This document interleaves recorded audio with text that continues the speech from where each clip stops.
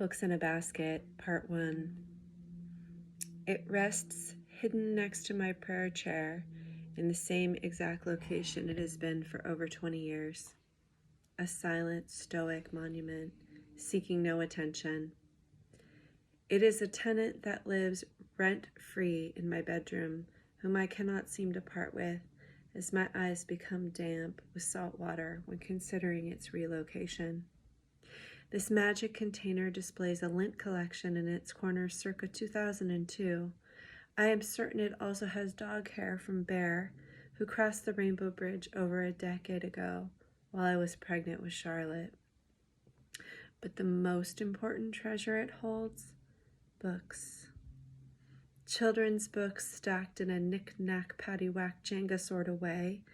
This basket serves as a reminder of a chapter filled with so much joy that in what seems like one full breath has now come to a close. This is how mamas are hardwired, memories etched deep into our veins, indicating where our children begin and where we end. I bet if you cut open any mom right now, with her permission of course, you would discover multiple infinity symbols. One for each baby she birthed, swaddled and bathed, with wet naked buns that she chased with feety pajamas down the hallway. As wobbly toddlers, my girls would scamper from their bedrooms towards this basket, climbing into my lap for the very hungry caterpillar 1,000 times in a row, their rebel cry, "Again, Mama, again." By the time the girls started preschool, I thought, wow, this is fun, until they would be prematurely awakened from their afternoon nap by a barking dog.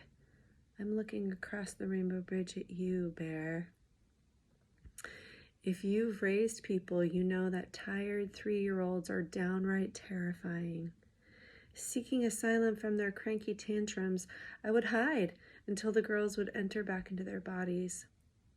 Often, a quiet calm would hug the air, and I would find my children on a self-imposed timeout with a book grasped in each of their pudgy fingers next to this book basket.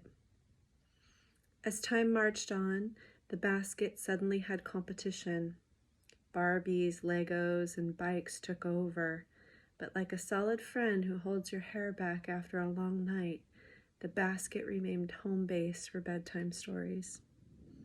And now, this basket is like a memorial honoring the 5 humans who spent countless hours next to it, and their mama who cannot seem to part with its contents. The giving tree taught us about compassion and healthy boundaries. The very hungry caterpillar showed us that transition is inevitable and that toddlers love repetition.